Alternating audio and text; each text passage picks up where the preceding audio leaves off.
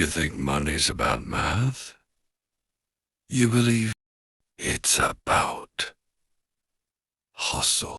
You are been told it's about timing.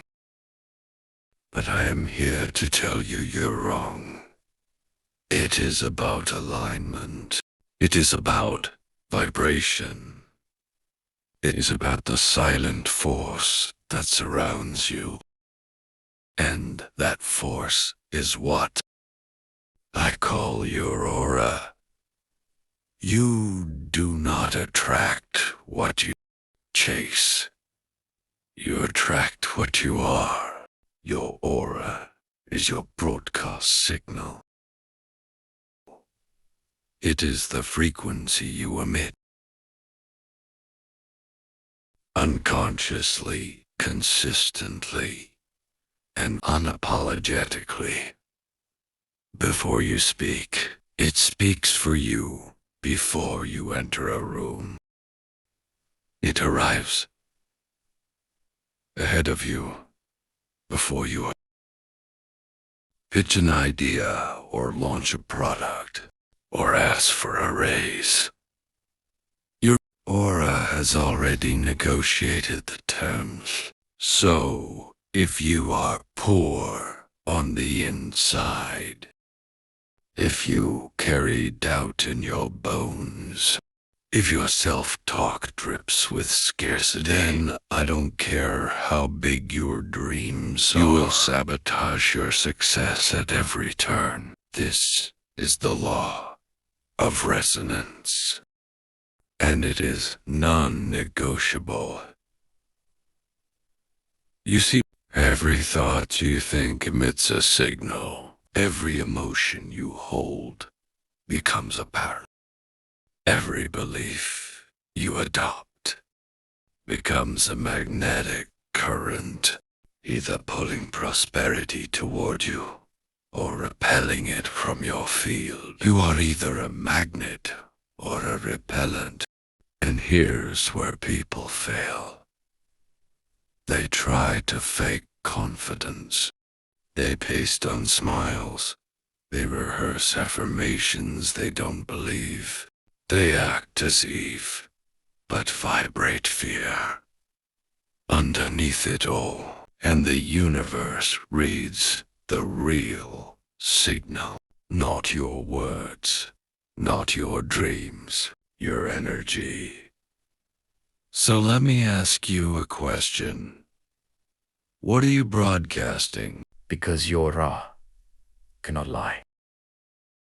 It reflects your truth. If you are constantly anxious about money, the message you send island, you live in lack. If you envy others' success, the message island there is not enough for me. If you apologize for your price, feel guilt for winning the message island, I do not believe in my own worth. That signal becomes your ceiling, and no strategy will save you until your signal is rewired. Now, let's be clear. Your aura is not some mystical idea. It is a reflection of your emotional habits. It is built through repetition. Is shaped by focus. It is strengthened through mental discipline. You are training your aura every time you think a thought, every time you hold a belief, every time you speak words out loud. Every single one of these becomes part of the field around you. And that field, your aura, is what money listens to. So, if you want to attract wealth, stop trying to impress the world. Impress your subconscious. Train your nervous system to feel safe with abundance, because if your body resists it, you will unconsciously block every breakthrough. Let me tell you something that will sound radical, but is absolutely true. Wealth doesn't start in your wallet. It starts in your imagination. Can you hold the feeling of overflow without seeing the evidence? Can you walk like someone who is already free, even if the world hasn't caught up yet? Most people can't because they are addicted to external validation. They need proof before they believe. But the wealthy, those who stay wealthy, believe first. They rehearse success in the mind's theater until it becomes inevitable. They build the future internally before a dime shows up externally. That is the secret of energy mastery, and that is how you train your aura to attract wealth. So, how do you begin? Step 1.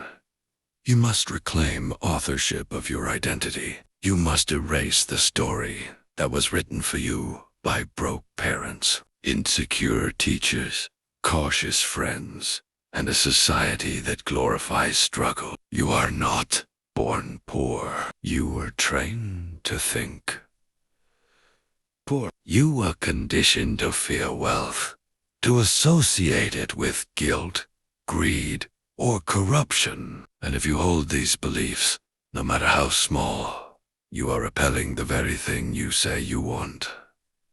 Money has no loyalty. It flows to those who are most energetically open to it. If your aura is filled with shame, it will run. If your aura is coated in expectation and abundance, it will chase you. So I ask you again, what are you broadcasting? You cannot afford to walk through this world unconsciously. Every sigh, every complaint, every moment of self-pity is training your aura to normalize lack. But every act of gratitude, every minute spent visualizing your financial destiny, every ounce of courage to say, I deserve more, that is how you rewire the frequency. There are no shortcuts. There are no exceptions. This is war, but it is sacred work. Now, here's something most people miss. You must not just think rich. You must feel rich. Wealth is not just a number in a bank account. It is an emotional signature.